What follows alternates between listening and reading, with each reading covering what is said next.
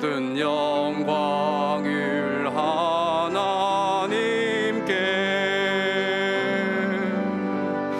모든 영광을 하나님께, 온 마음과 뜻 다해 주 사모합니다. 모든 영광을 하나님께.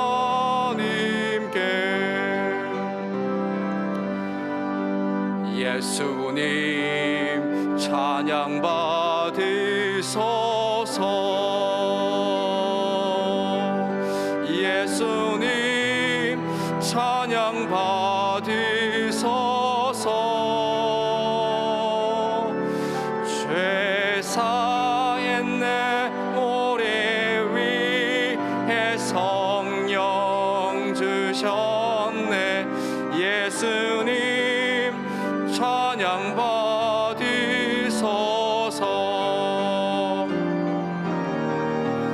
위로의 성령님이시여,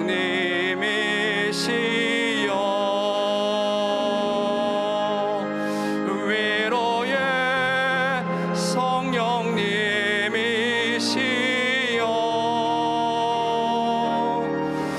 우리 안에 계셔서 늘 인도하셨네. 위로의 성령님이시여.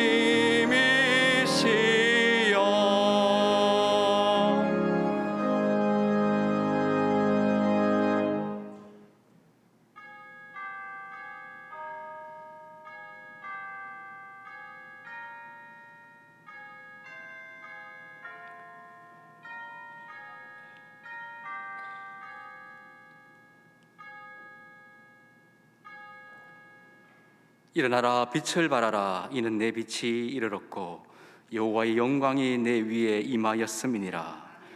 은혜가 풍성하신 하나님, 가장 진실된 마음과 정성을 다하여 올려드리는 우리의 예배를 기쁘게 받아주시고 살아계신 하나님의 임재를 경험하는 복된 예배가 되게 하옵소서. 사모하는 심령들마다 충만한 은혜로 채우시며 세상에 줄 수 없는 하늘의 위로와 평강을 누리게 하옵소서. 작정한 한 영혼을 향한 구원의 열정과 열방을 향한 하나님의 선교의 비전이 우리 가운데 회복되기를 소원하며 예수님의 이름으로 기원하옵나이다. 아멘.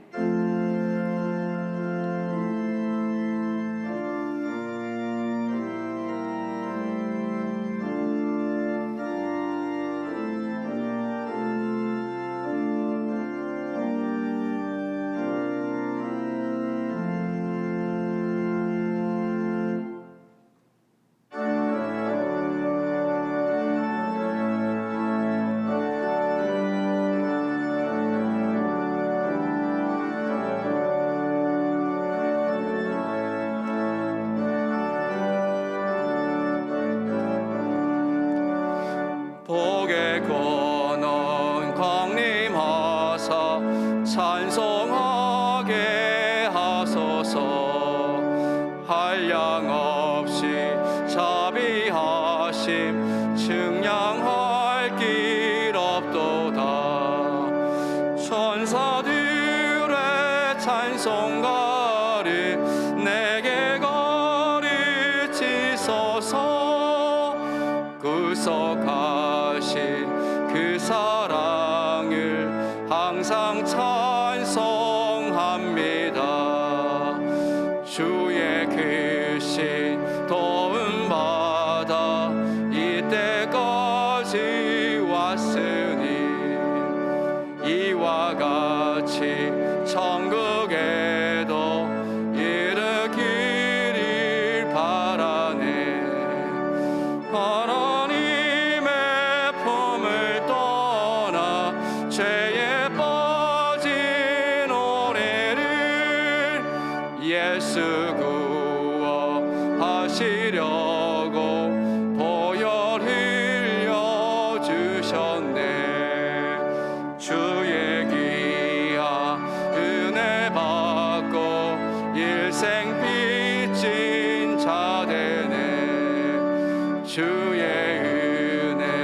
사슬 대사 나를 좁게 매소서. 우리 마음은 연약하여 범죄하기 쉬우니 하나님이 받으시고 성국에 내치소서.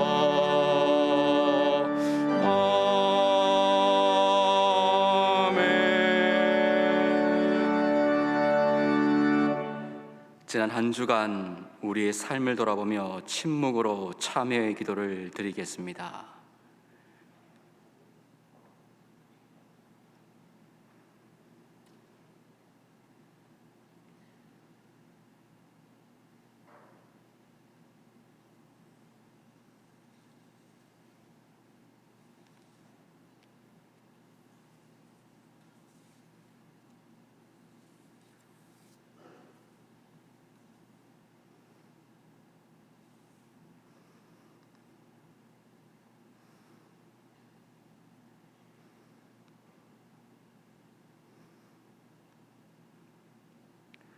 하나님께 주시는 사제의 말씀입니다. 여호와는 마음이 상한 자를 가까이 하시고 충심으로 통회하는 자를 구원하시는도다. 아멘.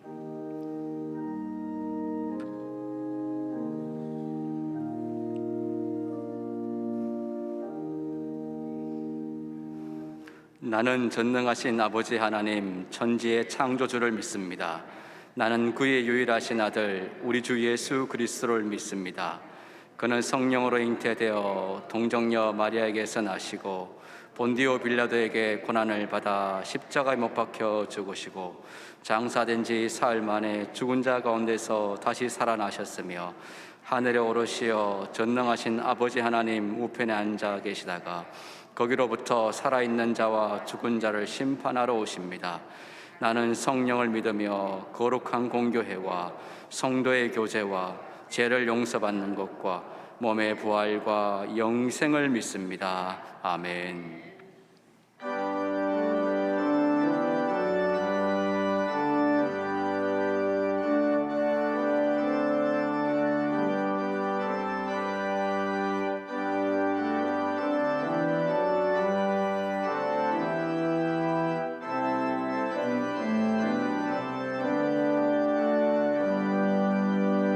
놀랍다 주님의 큰 은혜, 우리의 죄를 속하시려 갈보리 십자가 위에서 어린 양 보혈을 흘렸네.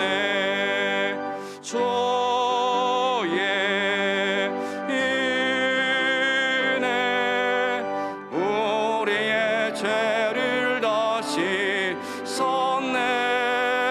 주의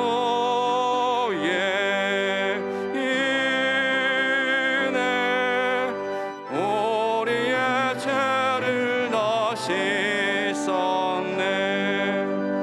죄악은 성난 파도같이 우리 영혼을 위협하나 헤아릴 수 없는 주의 십자가에서 보이셨네. 주의 은혜 우리의 죄를 다 씻었네. 주의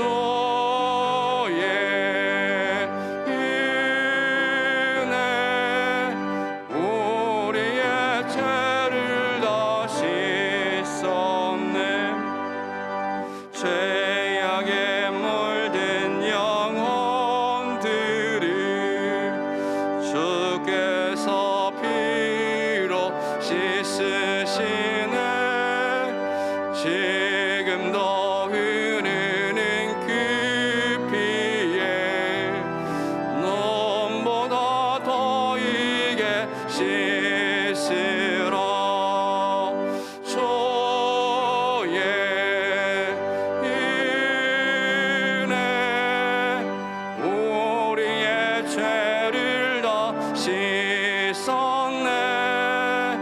주의 은혜 우리의 죄를 다 씻었네. 피할 수 없는 그 은혜를 믿는 자에게 거저주네. 형제여 주 앞에 나와서 더 지체 말고 곧받으라. 주의 은혜 우리의 죄를 다 씻었네. 주의 은혜 우리의 죄를 다 씻었네.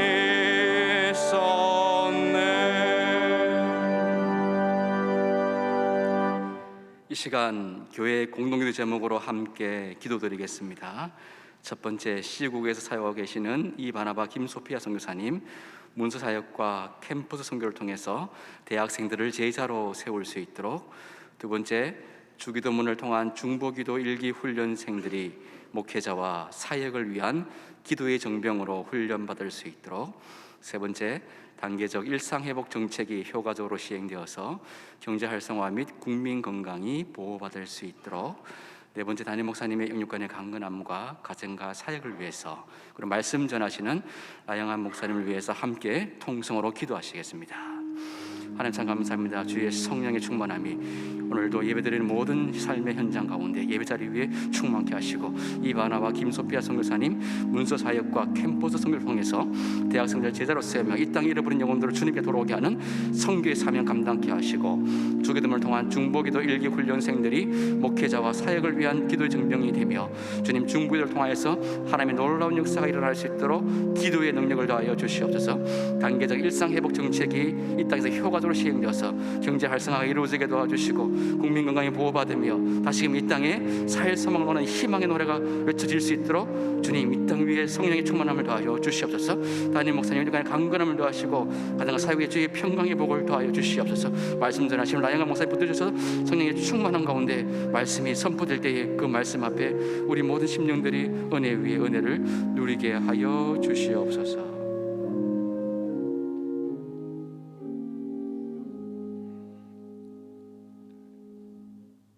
사랑하는 하나님, 11월 첫째 주일 3부 예배를 하나님께 올려드립니다. 일부는 예배당에 모여서 나머지 성도들은 영상 앞에 모여서 간절한 마음을 모아드리는 우리의 예배를 기쁘게 받으시고 크신 은혜를 내려 주시옵소서. 사랑하는 하나님, 성경 속 이스라엘 역사 중에 지금 우리가 살고 있는 이 시대가 홍해를 건너고 여리고성이 무너지는 출애굽 시대와 비슷한지, 찬란한 다윗 왕국 시절과 비슷한지, 망해가는 바벨론 포로 생활 시기와 비슷한지 생각해 보았습니다. 예언자들이 활동하던 타락한 이스라엘 역사 시기와 지금 우리 시대가 비슷하지는 않습니까? 하나님께 돌아오라고, 돌아오지 않으면 망한다고 외쳐다는 예언자들의 이야기를 무시하다가 망한 예언서 속 이스라엘 역사가 오늘 우리 시대와 비슷하지는 않습니까? 타락한 백성들 때문에 이스라엘이 망하였듯이 하나님 말씀을 무시하고 세상과 짝하여 사는 타락한 우리 때문에 한국교회가 무너져 가고 있습니다. 코로나19로 심각한 어려움을 겪으면서도 하나님께서 왜 이런 어려움을 우리에게 주셨는지 여쭈어보지도 않고, 오늘 우리에게 요구하시는 하나님의 뜻은 무엇인지 생각도 하지 않고, 힘드니까 살려달라고 외쳐대기만 하지 회개하고 돌이켜 하나님 백성답게 거룩한 삶을 살라는 하나님의 음성은 듣지 않습니다. 우리가 믿음을 잃어버렸습니다. 무엇인가 근본부터 잘못되어 있습니다. 죄송합니다. 하나님, 우리가 죄인입니다. 우리의 죄를 용서하여 주시옵소서. 사랑하는 하나님, 우리를 회복시켜 주시옵소서. 우리 교회를 살려 주시옵소서. 하나님, 홍해가 갈라지고 여리고성이 무너지는 하나님의 역사가 오늘 우리에게도 필요합니다. 하나님, 오순절 다락방의 성령 충만한 역사가 오늘 우리에게도 필요합니다. 어제나 오늘이나 동일하신 하나님, 우리를 성령 충만케 하여 주시옵소서. 우리가 세상을 변화시키는 하나님의 사람이 되게 하여 주시옵소서.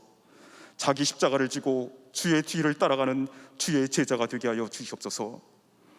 보잘것없는 갈릴리 어부를 제자로 삼아 세상을 변화시킨 하나님, 부족한 우리를 제자 삼아 이 땅을 하나님 나라로 만들어가 주시옵소서. 우리 동안교회가 이 귀한 사역 잘 감당하는 하나님의 교회가 되게 하여 주시옵소서.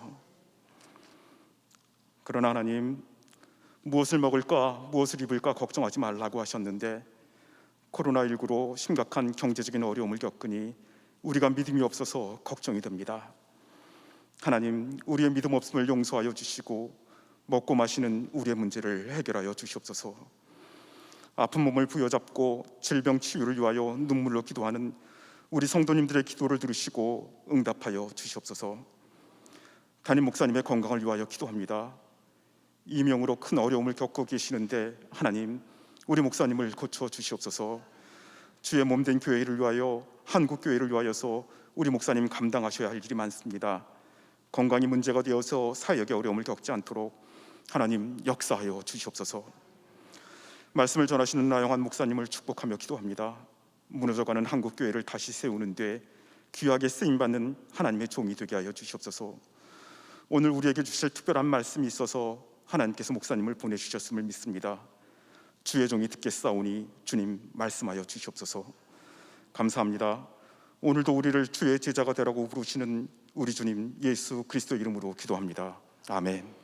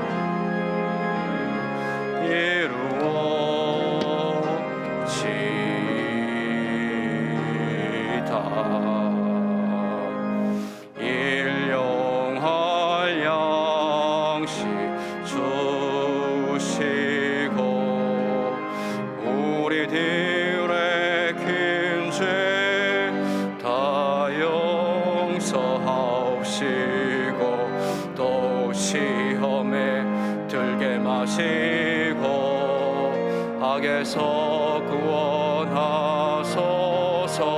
대개 주의 나라 주의 권세 주의 영광 영원히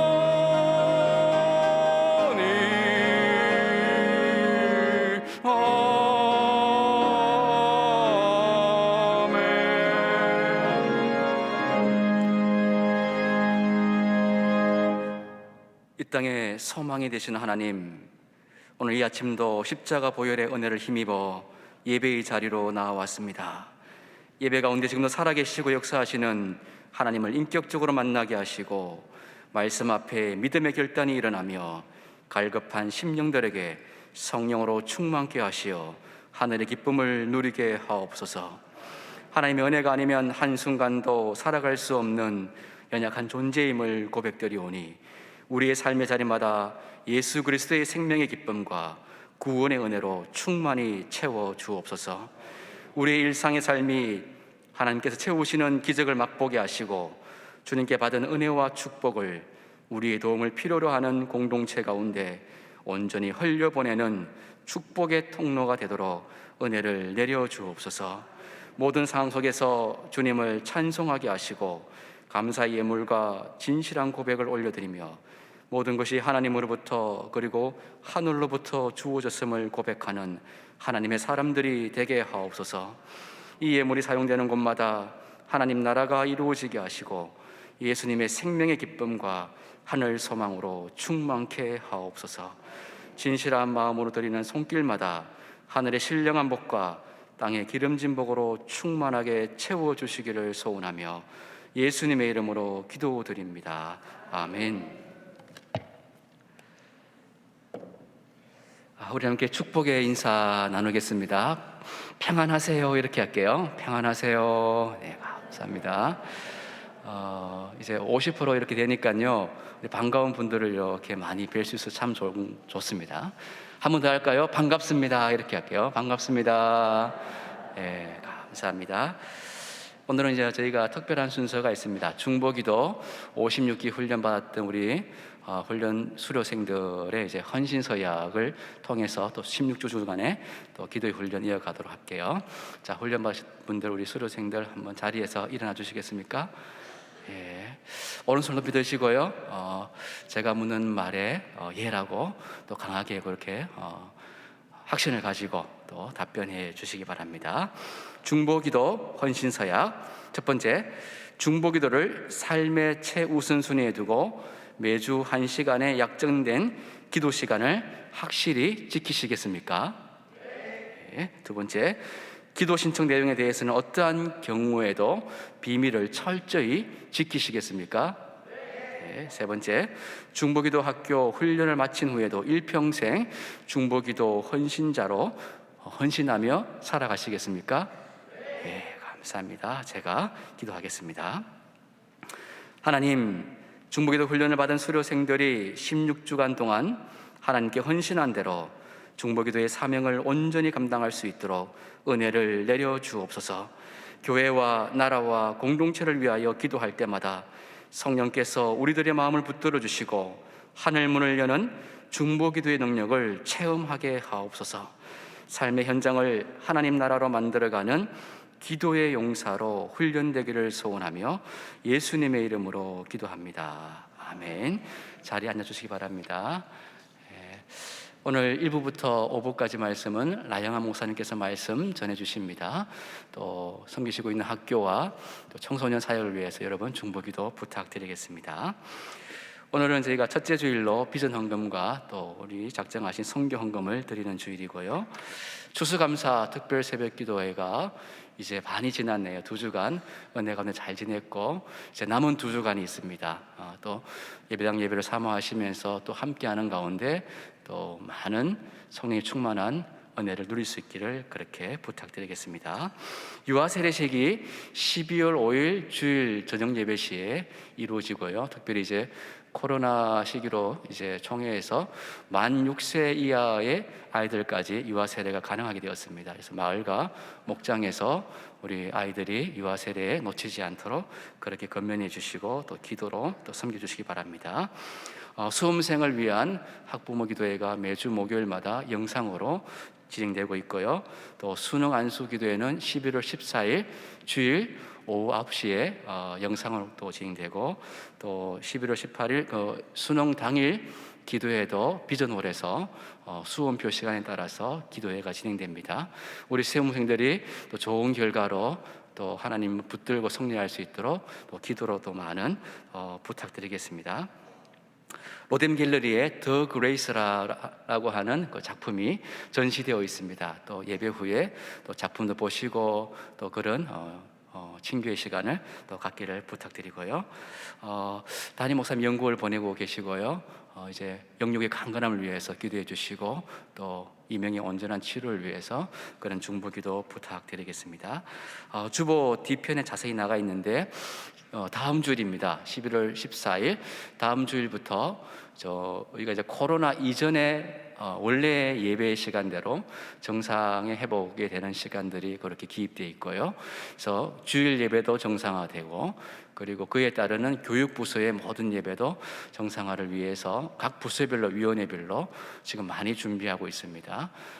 이제 그러나 방역 수칙은 기본적으로 저희가 지켜야 됩니다. 잘 지키시고 또 교회 내에서는 음식물 섭취가 되지 않고요.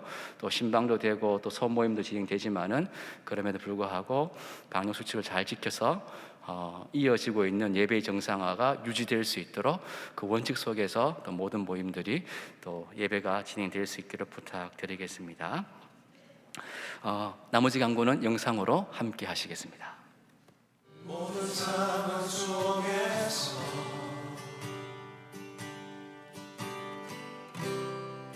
주를 찬양할지라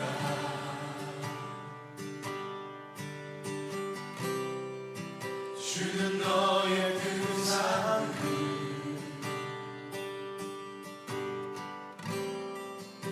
큰 도움이시라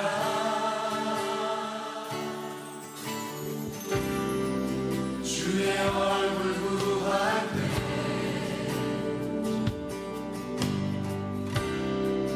주의 영을 부으사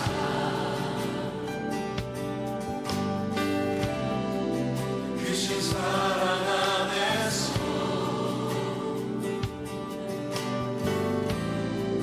주를 보게 하소서. 우리 다 함께 내 영혼이 확정되고 확정되었사오니 내 영혼이 확정되고 확정되었사오니 믿음의 눈 들어 주를 바라봅니다. 내 영혼이 확정되고 확정되었사오니 믿음의 눈 들어 주를 바라봅니다.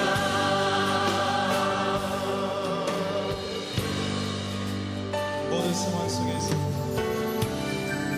모든 상황 속에서 모든 상황 속에서 주를 찬양할지라 주를 찬양할지라 주는 너의 그 삶을 주는 너의 그 삶을 큰 도움이시라 주의 얼굴 구할 때에 주의 얼굴 구할 때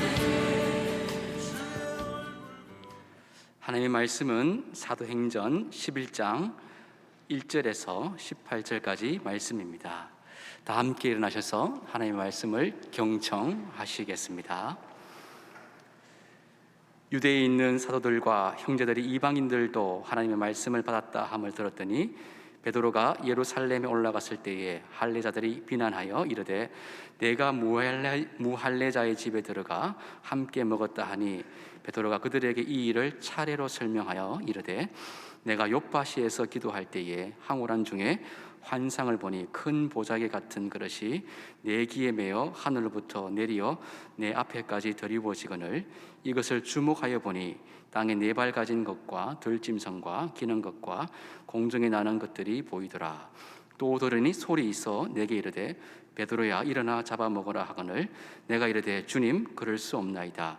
속되거나 깨끗하지 아니한 것은 결코 내 입에 들어간 일이 없나이다 하니 또 하늘로부터 두 번째 소리 있어 내게 이르되 하나님이 깨끗하게 하신 것을 내가 속되다고 하지 말라 하더라. 이런 일이 세 번 있은 후에 모든 것이 다시 하늘로 끌려 올라가더라. 마침 세 사람이 내가 유숙한 집 앞에 서 있으니 가이사라에서 내게로 보낸 사람이라. 성령이 내게 명하사 아무 의심 말고 함께 가라 하심에 이 여섯 형제도 나와 함께 가서 그 사람의 집에 들어가니 그가 우리에게 말하기를 천사가 내 집에 서서 말하되 내가 사람을 욥바에 보내어 베드로라 하는 시몬을 청하라. 그가 너와 내 온 집이 구원받을 말씀을 내게 이르리라 함을 보았다 하거늘 내가 말을 시작할 때에 성령이 그들에게 임하시기를 처음 우리에게 하신 것과 같이 하는지라. 내가 주의 말씀에 요한은 물로 세례를 베풀었으나 너희는 성령으로 세례를 받으리라 하신 것이 생각나노라.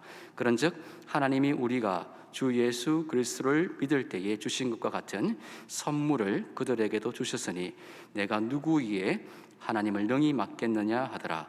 그들이 이 말을 듣고 잠잠하여 하나님께 영광을 돌려 이르되 그러면 하나님께서 이방인에게도 생명 얻는 해결을 주셨도다 하니라. 이 말씀은 하나님의 말씀입니다. 아멘.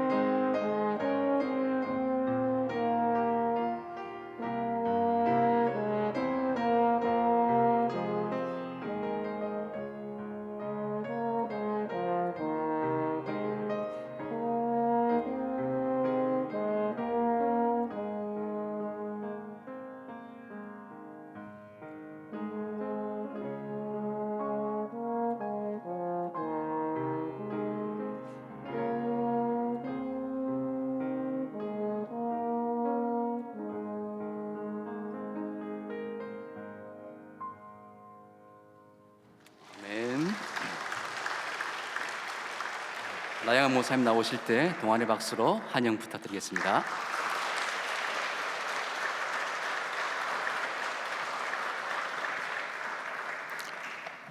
기도하겠습니다. 저희를 다시 이렇게 주의 전에 불러주심 감사드립니다. 사슴이 시냇물을 찾게 갈 밤처럼 저희들이 주의 음성 듣기 위해 이 자리에 나왔습니다.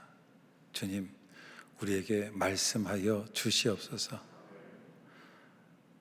주께서 말씀을 통해서 이 한 주간 살아갈 수 있는, 또 남은 한 해를 살아갈 수 있는 해안들을 보여주시기를 원합니다. 예수님 이름으로 기도드렸습니다. 아멘. 누구나 변화를 원합니다. 그런데 이 변화라는 게 참 쉽지 않은 것 같아요. 지금 이제 특별 새벽 기도의 기간에 계속 기도하면서 위기를 기회로라고 저희가 기도합니다만은, 사실은 위기라고 하는 건 위기잖아요. 여러분, 위기라는 상황이 닥쳤을 때 주로 어떤 반응을 보이시나요? 당황하죠. 당황하고 내가 이미 있었던 익숙한 반응을 하게 되는 거예요. 그래서 그게 위기인 것 같습니다. 그러니까 위기를 기회로 만들기 위해서는 결국 내가 지금까지 반응했던 것과 다른 형태의 반응, 저는 그것이 일종의 사고의 전환이 필요하다고 생각을 합니다. 이번 이루어지는 새벽 기도를 통해서 여러분들의 사고가 변하는 그런 은혜가 있기를 주의 이름으로 축원합니다. 스티븐 코비가 그런 얘기를 했습니다. 만약 당신이 조금 변하기를 원한다면 당신의 행동을 바꾸라. 하지만 당신이 인생이 근본적으로 바뀌기를 원한다면 당신의 패러다임, 사고를 바꿔야 된다라고 이야기를 합니다. 근데 여러분, 나의 사고를 바꾸는 게 쉽지 않은 것 같아요. 제가 영국에서 공부할 때 꽤 오래됐네요. 한 15년 전에 사고의 전환과 관련돼서 제가 들었던 이야기를 하나 좀 소개하려고 합니다. 근데 이게 영국과 우리나라 사이에, 동양과 서양 사이에 문화적인 차이가 있어서 어쩌면 여러분에게는 썰렁해 들릴지 모르겠어요. 그래도 이해하시고 들어주세요. 어느 못 만드는 회사에 있었어요. 못을 만드는 회사가 있었는데, 이 사장님이 이 못을 광고하기로 결정을 했습니다. 그리고 광고회사랑 이제 계약을 맺고, 이제 광고회사에서 못을 이제 홍보하는 광고를 만들었어요. 한 달이 지나서 이제 회사 임직원 앞에서 프레젠테이션을 하는 거예요. 앞에서 프레젠테이션을 하는데 십자가가 있습니다. 그리고 십자가 위에 어떤 한 죄수가 매달려 있는 거예요. 그 로마 군인 하나가 못을 딱 들고서 이렇게 얘기를 하는 겁니다. 의기양양하게, 튼튼표 못으로 박으면 절대로 도망가지 못합니다. 이렇게 한 거예요. 이 사장님이 깜짝 놀랐습니다. 야, 이게 도대체 이거 되겠나? 그래가지고서는 그거 말고 다른 광고를 만들어 오십시오라고 얘기를 했어요. 한 달 뒤에 그 광고회사에서 다른 광고를 제작해 왔습니다.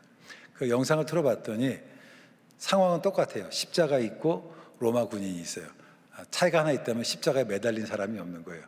로마 군인이 아쉬운 표정으로 이렇게 얘기를 합니다. 튼튼표 못으로 박았으면 절대로 도망가지 못했을 텐데. 저는 죄수가 있는 십자가 앞에서 광고를 하나, 죄수가 없는 십자가 앞에서 광고를 하나, 저는 그건 마찬가지라는 생각이 들어요. 그런데 그 자기의 생각의 틀, 그 한계 딱 사로잡혀 보이니까 결국 이 정도밖에 광고를 못하게 되는 거죠. 생각의 틀이라는 게 참 무섭습니다. 여러분, 질문 한번 해볼까요? 여러분, 짐승 동물들 중에 새 아시죠?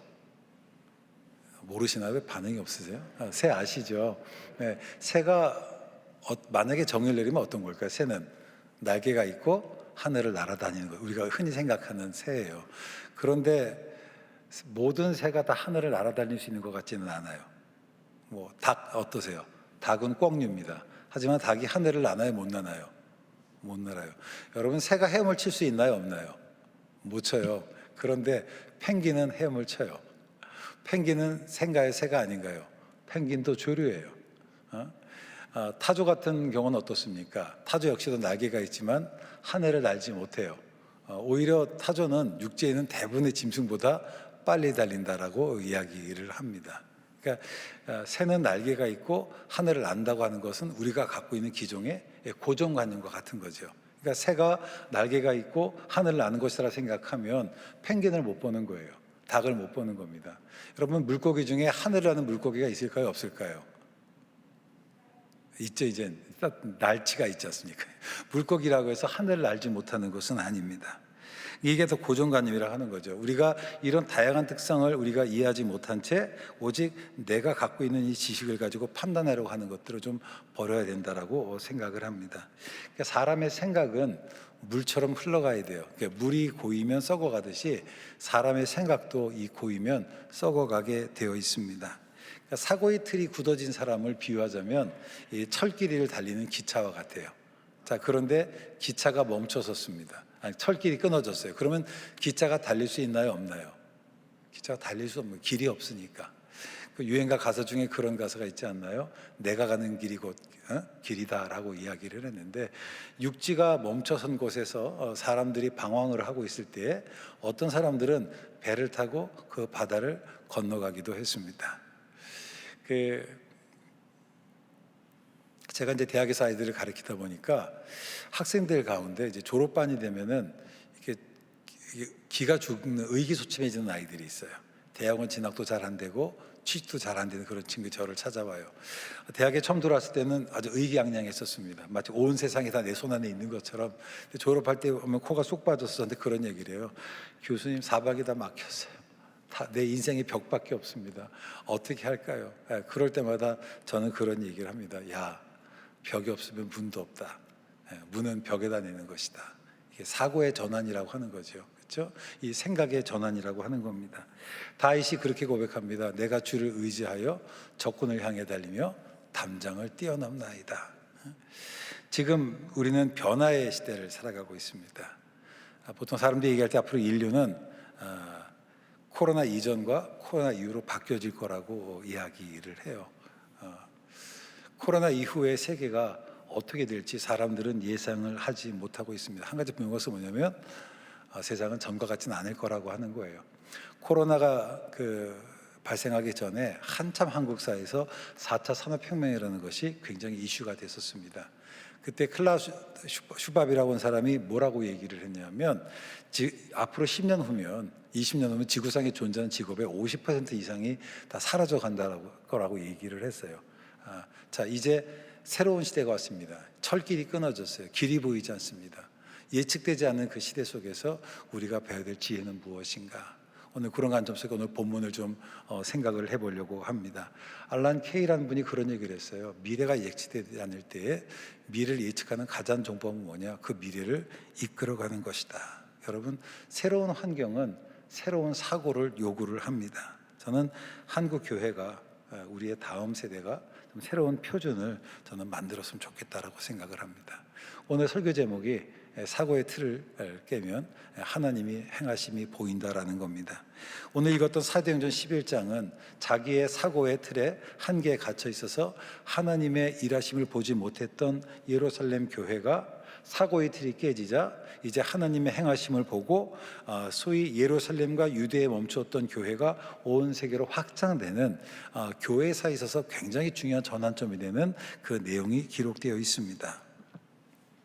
사도행전 11장은 나중에 집에 가시면 성도님들 사도행전 10장을 한번 같이 읽어보세요. 10장과 11장은 내용이 같아요. 큰 차이가 없습니다. 차이가 있다면 사도행전 10장은 고넬료의 입장에서 기록한 것이고요. 그리고 사도행전 11장은 베드로의 입장에서 기록한 것일 뿐입니다. 그런데 이 사도행전의 저자는 누가예요. 누가가 사도행전을 기록을 했는데 복음서를 읽다 보면 또 누가가 쓴 거거든요. 누가복음도. 그런데 누가의 글을 쓰는 스타일은 뭐냐면 굉장히 빨라요. 글이.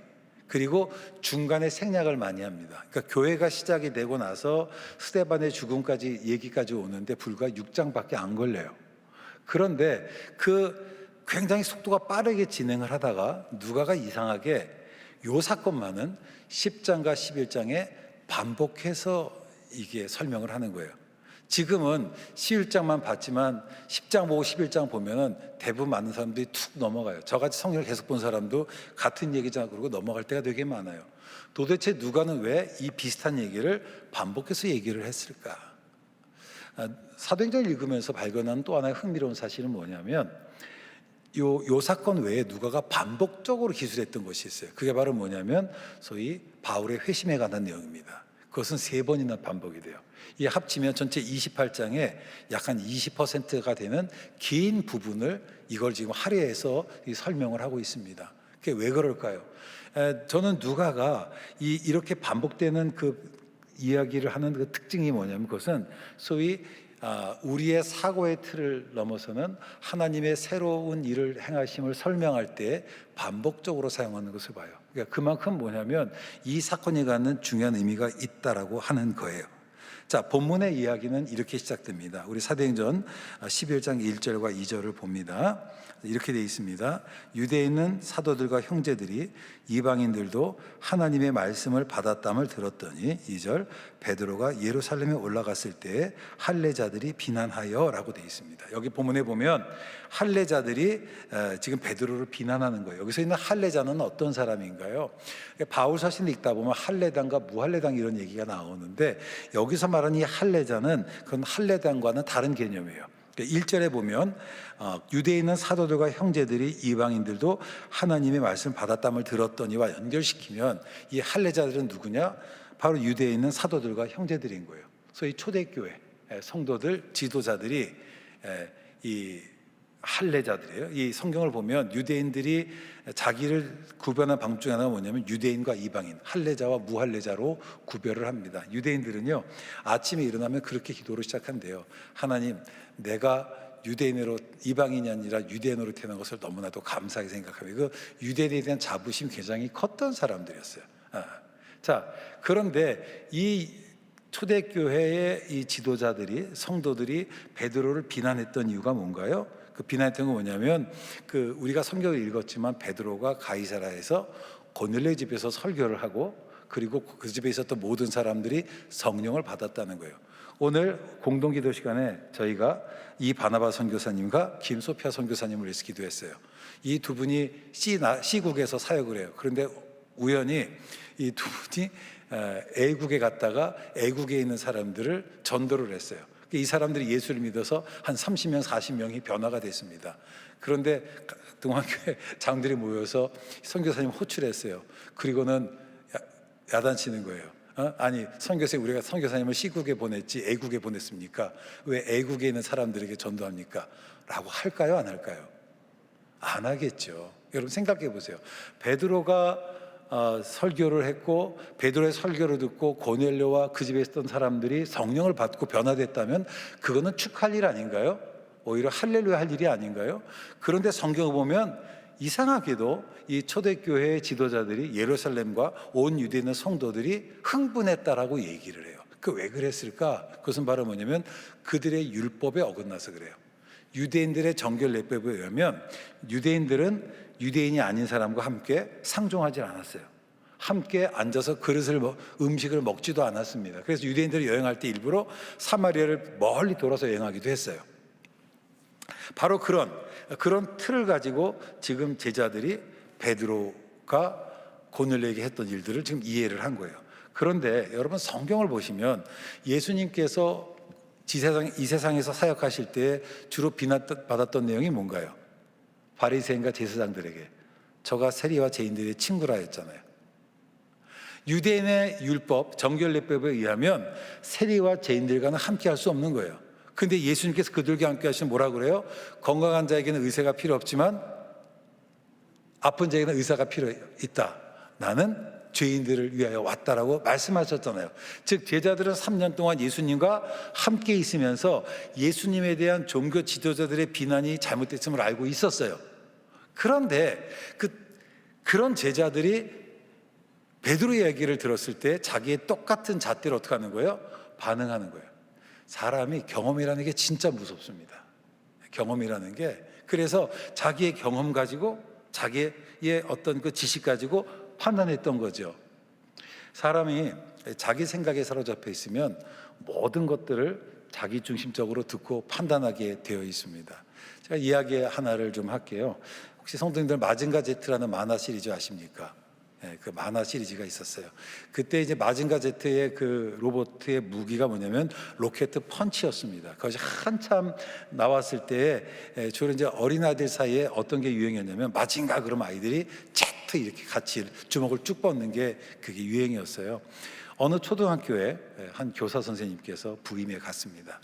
갔더니 아이들이 시도 때도 없이 쓴 시간마다 누가 마징가 그러면 제트 그러고 마징가 그러면 제트 그러는 거예요. 그러니까 이 여선생님이 처음 부임해 갔으니까 결혼도 안 했죠. 아이도 안 낳았지. 애들은 이해를 못 하는 거예요. 그러니까 그게 별로 이해도 안 되고 좀 스트레스가 됐었나 봐요. 어느 날 선생님이 퇴근을 하는데 교장 선생님이 차를 몰고 가다가 그 초임 교사를 본 거예요. 그래서 이제 호의를 베풉니다. 김 선생님, 내가 버스 정거장까지 태워다 주겠습니다. 그래서 선생님이 뒤에 차를 탔어요. 차를 타고 한참 가다가 교장 선생님께서 갑자기 이 여선생님한테 그렇게 얘기하는 거예요. 마징가 그러는 거예요. 그래서 선생님이 고민이 되는 거예요. 나도 처녀잖아요, 그죠? 내가 앞서 제트 이럴 수 없잖아요. 그래서 가만히 있었어요. 그랬더니 교장 선생님이 한 번 더 그러시는 거예요. 마징가 또 그러세요. 그러니까 직장 생활이 중요하지 않습니까? 얼굴이 빨개져가지고 제트 이렇게 했대요, 조그맣게. 그랬더니 교장 선생님께서 이렇게 말씀하시더래요. 그런 막내인가? 이분이 경상도 사람이었나 봐요. 뭐 이해가 안 되면 할 수 없고요. 그러니까 이게 사람이 이게 자기 생각에 사로잡히면 그런 거죠, 그렇죠? 자기 생각, 사고의 틀 안에서 보고 판단하는 겁니다. 자, 4절부터 17절에 있는 내용은 뭐냐? 바로 그렇게 흥분하는 사람들에게 베드로가 요빠와 가이사랴에서 있던 일들을 설명을 하는 거예요. 근데 설명하는데 어떻게 시작하느냐? 내가 어느 날 기도하는 가운데 환상을 봤다. 그 환상이 뭐냐면 하늘에서 큰 보자기가 내려오고 보자기에 음식들이, 동물들이 있는데 그 동물들이 부정한 것이에요. 유대인들은 먹을 수 있는 음식과 먹을 수 없는 음식들이 있어요. 그러니까 유대인들의 입장에서 어떤 거냐면 이 소위 문어, 낙지 여러분 좋아하시죠? 이런 건 못 먹는 거예요. 물속에 있으나 비늘이 없는 것들. 어쨌든 그런 것들을 보여주면서 일어나 잡아 먹으라 그러니까 베드로가 뭐라 그래요? 안 됩니다. 먹을 수 없습니다 그래요. 다시 한번 하나님이 또 환상 가운데 말씀하세요. 일어나 잡아 먹으라. 베드로가 또 얘기해요. 안 됩니다. 할 수 없습니다. 다시 한번 하나님께서 말씀하세요. 일어나 잡아 먹으라. 그러니까 베드로가 또 안 된다고 그래요. 저는 이것도 신기하더라고요. 여러분, 베드로가요 그렇게 율법에 충실했던 것 같지 않아요. 복음서 읽어보면 안식일 날 너무 배고프니까 밀을 막 손으로 비벼서 까먹는 내용이 나와요. 유대인들은 안식일에 일하지 않았거든요. 또 복음서 읽다 보면 제자들이 너무 배고프니까 손을 씻지 않고 음식을 먹는 내용이 나와요. 유대인들은 손을 씻어야 음식을 먹거든. 그러니까 여러분 이게 보시면 별로 베드로가 그렇게 율법에 충실하지 않았음에도 불구하고 지금 율법을 얘기하는 거예요. 정말 죄송한 표현이지만 제가 학교에서 가르치잖아요. 이제 얼마 전에 중간고사가 끝났는데요. 이상하게 공부 안 하는 아이들이 중간고사 전체 질문이 제일 많아요. 꼭 또 그런 게 있어요. 너무 죄송해요. 이런 표현들이. 이게 베드로가 별로 공부 잘하지 않았던 것 같아. 그런데 그 결정적인 순간에는 규칙을 따지고 그러더라고. 사도행전 10장에 보면 17절에 이런 말씀이 있어요. 베드로가 본 바 환상이 무엇인지 속으로 의아해하더니. 여러분, 베드로가 못 먹겠다고 하는 건 뭐냐? 자기의 사고의 틀 안에서 율법에 닫힌 사고로 바라본 거예요. 적어도 그때까지는 그 환상의 의미가 무엇인지 몰랐던 것 같아요. 그런데 밖에서 노크 소리가 들렸어요. 그리고 사람 셋이 왔습니다. 한 사람은 로마 장교였고요. 두 사람은 고넬료가 보낸 사람이었습니다. 이 장교도 고넬료의 부하였어요. 여러분 생각해 보세요. 어느 날 베드로가 있는데 로마 사람이 노크하면서 여기 이 집에 베드로가 있습니다 그러면 베드로가 두려웠을까요? 안 두려웠을까요? 두려웠겠죠. 그렇지 않을까요? 두려웠을 거라고. 소위 우리가 선교사님들 중에 A국, B국, C국이라는 건 뭐냐면 소위 대놓고 복음 증거할 수 없는 나라들이잖아요. 근데 그런 나라에 사역하는데 어느 날 갑자기 경찰에서 공안에서 녹화하면서 여기 바나바 선교사님 계십니까? 라면 두려울까요? 안 두려울까요? 두려웠겠죠. 바로 그 순간에 하나님 다시 한번 또 환상을 보여주시는 거예요. 그러면서 뭐라고 말씀하시냐면 따라가라 이거예요. 적어도 그때까지 베드로는 고넬료가 성령을 받거나 회개하는 걸 알지 못했어요. 하지만 그 말씀을 듣고 따라가는 거예요. 어떻게 따라갈 수 있었느냐? 그것은 바로 앞에 있었던 세 가지의 사건이 중요한 거예요. 자기가 이해할 수 없음에도 불구하고 이해할 수 없는 것을 하나님께서 몇 번 말씀하셨어요? 3번 반복해서 말씀하셨어요. 유대인의 규례에 의하면 어떤 것들을 사실로 증거할 때는 3명의 증인이 필요해요. 3번을 말씀하셨던 거예요. 그러자 그 말씀을 듣고 나서 베드로가 이제 그 사람들을 따라서 가이사랴로 갔습니다. 갔더니 고넬료라고 하는 백부장이 사람들을 모아놓고 있었고요. 그곳에서 베드로가 하나님 말씀을 전하는데 갑자기 하늘에서 성령이 내려오고 그들의 성령을 받고 방언을 말했다라고 성경은 이야기를 하고 있습니다. 여러분, 사도행전에서요, 성령의 강림은 하나님 나라의 굉장히 중요한 사건이에요. 오순절 제자들이 다락방에서 기도하다가 성령을 받잖아요. 이게 교회의 시작을 얘기를 하는 거예요. 그들이 성령을 받고 방언을 말했습니다. 여러분, 사도행전을 읽으시면 나타나는 기본적인 패턴이 뭐냐면 성령을 받고 기적을 행하고 복음을 전하고 어려움이 있고 그러나 결국은 복음이 확장되는 게 사도행전 전체의 구조예요. 자, 그런 맥락 속에서 그런 동일한 역사가 베드로가 전할 때에 고넬료의 집에 성령이 임하고 방언을 했어요. 이것은 뭐냐면 마치 예루살렘 다락방에서 성도들이 기도할 때 그들이 성령을 받은 것이 교회의 시작이었던 것처럼 고넬료가 성령 받은 것은 뭐냐? 온 세계로 복음이 확장된 것을 의미하는 거예요. 많은 사람이 사울이 다메섹에서 부활하신 주님을 만난 것이 교회사의 결정적인 사건이라고 얘기하지만 저는 이 사건이라고 봐요. 고넬료가 성령 받은 것이 훨씬 중요한 사건이에요. 성령을 받고 방언을 말하기 시작을 했습니다. 베드로는요, 그 사건, 그 내용을 알지 못했지만 하나님 말씀을 순종하고 나아갔어요. 순종하고 나아가서 그 하나님 일하심을 보았습니다. 자, 다시 본문으로 돌아봅시다. 본문 1장 1절과 11장 1절과 2절을 보시면, 자, 본문에 있는 예루살렘에 있는 제자들이, 이 성도들이, 온 유대인 성도들이 그 소식을 들었어요. 이 말은 뭐냐면 적어도 고넬료와 그곳에 있는 사람들이 성령 받고 방언을 말한 건 굉장히 독특한 사건이었다는 거예요. 그래서 이 바론말이 천리를 간다고 베드로가 예루살렘에 오기 전에 이미 소문이 쫙 나버렸습니다. 그리고 이 소문 들었던 예루살렘 교회의 지도자들이 흥분을 했다라고 얘기를 해요. 그리고 베드로를 비난을 한 거예요. 앞에서 말씀드렸지만 비난받을 일이 아니잖아요. 처음에 베드로는 이해하지 못했지만 하나님께서 말씀하실 때에 이해할 수 없을 때에 순종하며 따라갔고 그 일을 목도했었습니다.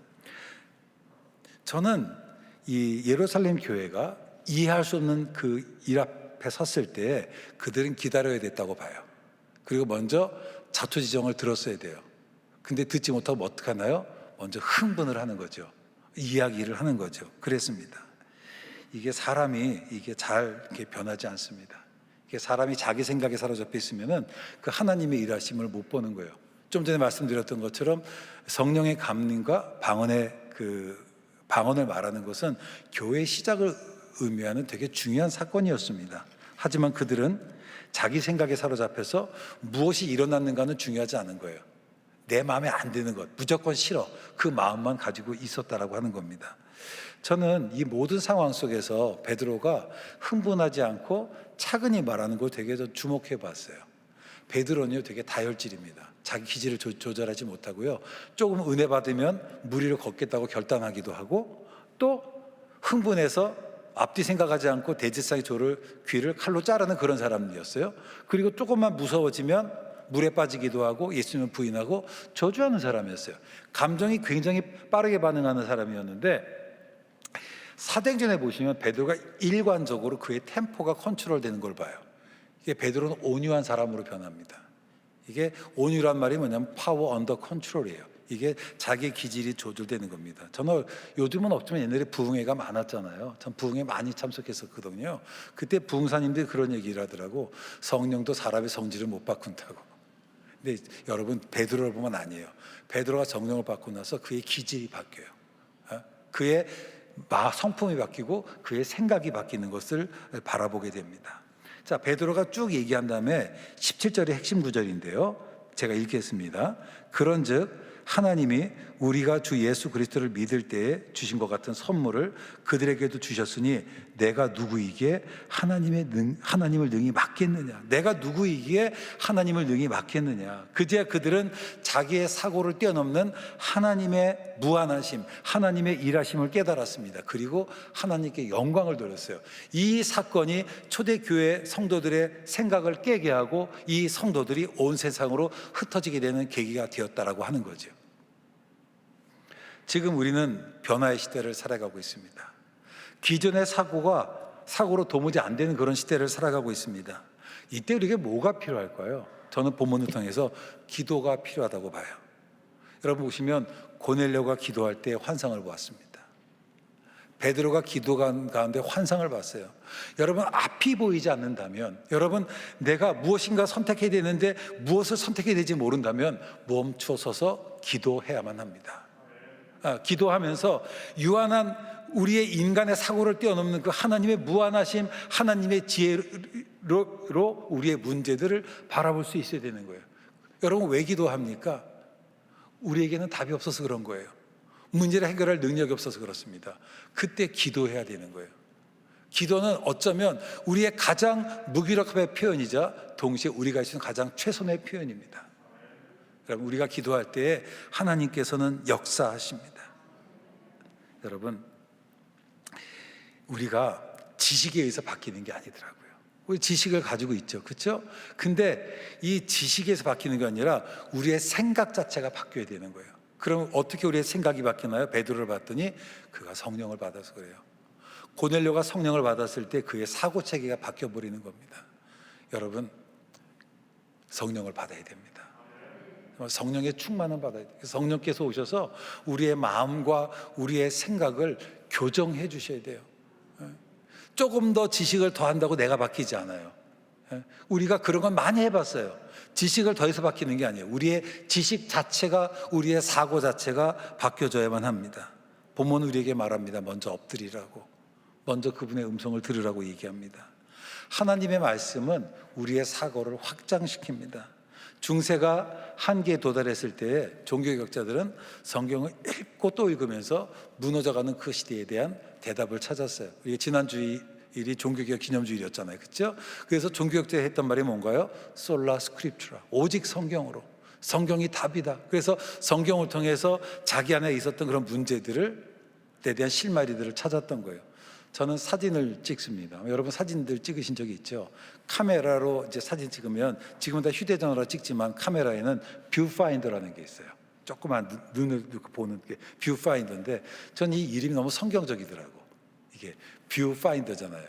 이게 눈으로 볼 때 안 보이는 거를 이 뷰파인더로 보면 보여요. 성경은 우리에게 뷰파인더와 같은 거예요. 내가 눈으로 볼 때 안 보이는 것을 바라보게 합니다.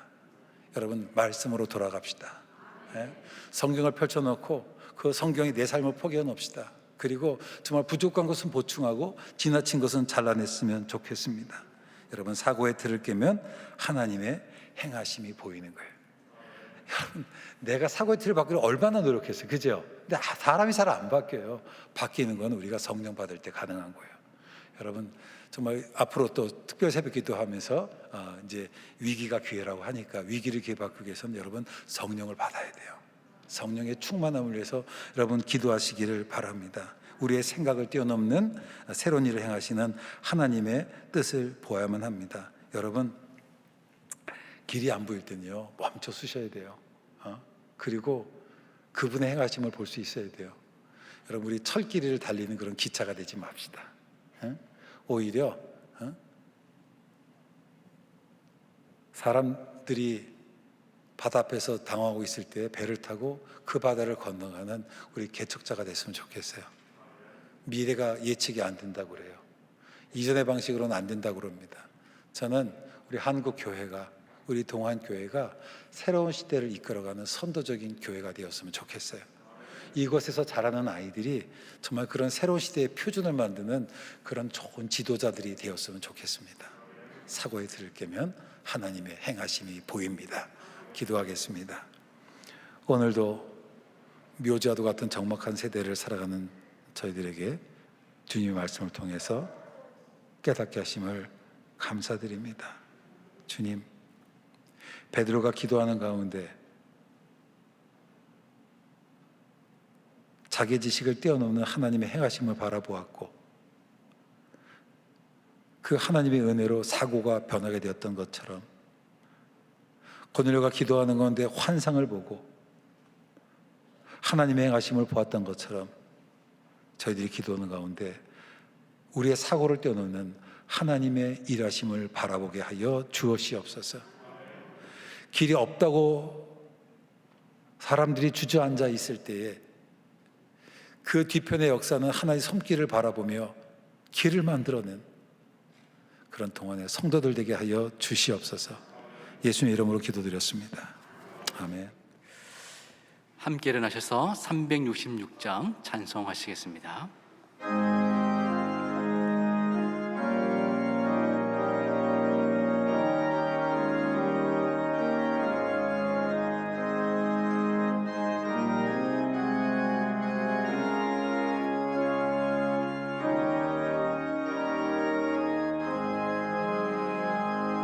어두운 내는 밝히사 진리를 보게 하소서. 진리의 열쇠 내게 주사 참빛을 찾게 하소서. 기쁘신 뜻을 알고자 엎드려 기다리오니 내 눈을 뜨게 하소서. 성령이여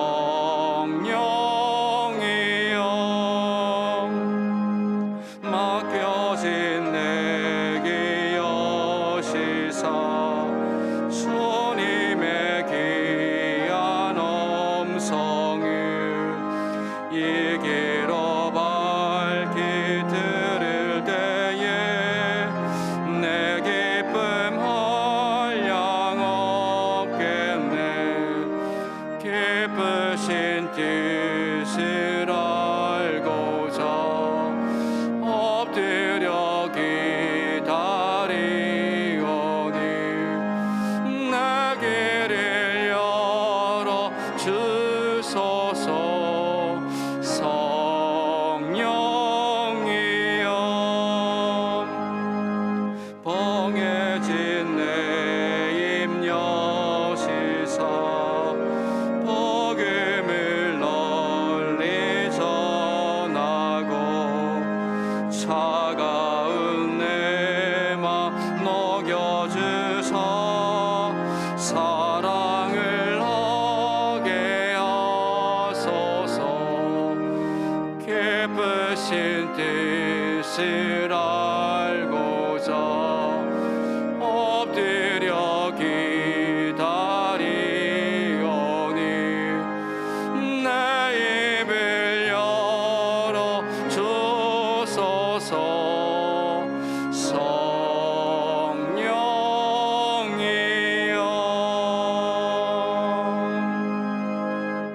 시편 91편을 믿음으로 선포하시겠습니다. 지존자의 엄밀한 곳에 거주하며 전능자의 그늘 아래에 사는 자여, 나는 여호와를 향하여 말하기를 그는 나의 피난처요 나의 요새요 내가 의뢰하는 하나님이라 하리니, 이는 그가 너를 새 사냥꾼의 올무에서와 심한 전염병에서 건지실 것이미로다. 그가 너를 그의 깃으로 덮으시리니 내가 그의 날개 아래에 피하리로다. 그의 진실함은 방패와 송방패가 되시나니, 너는 밤에 찾아오는 공포와 낮에 날아드는 화살과 어두울 때 퍼지는 전염병과 밝을 때 닥쳐오는 재앙을 두려워하지 아니하리로다. 1000명이 내 왼쪽에서 10,000명이 내 오른쪽에서 엎드러지나 이 재앙이 내게 가까이 하지 못하리로다. 오직 너는 똑똑히 보리니 악인들의 봉을 내가 보리로다. 내가 말하기를 여호와는 나의 피난처시라 하고 지존자를 너의 거처로 삼았으므로 하가 내게 미치지 못하며 재앙이 내 장막에 가까이 오지 못하리니, 그가 너를 위하여 그의 천사들을 명령하사 내 모든 길에서 너를 지키게 하심이라. 그들이 그들의 손으로 너를 붙들어 발이 돌에 부딪히지 아니하게 하리로다. 내가 사자와 독사를 밟으며 젊은 사자와 뱀을 발로 누르리로다. 하나님이 이르시되 그가 나를 사랑한즉 내가 그를 건지리라. 그가 내 이름을 안즉 내가 그를 높이리라. 그가 내게 간구하리니 내가 그에게 응답하리라. 그들이 환난 당할 때에 내가 그와 함께하여 그를 건지고 영화롭게 하리라. 내가 그를 장수하게 함으로 그를 만족하게 하며 나의 구원을 그에게 보이리라 하시도다. 아멘. 기도하겠습니다.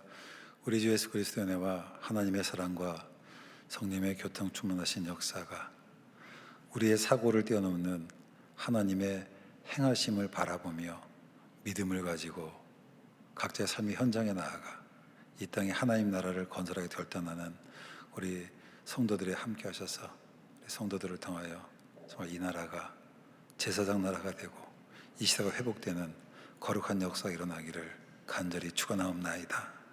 아멘.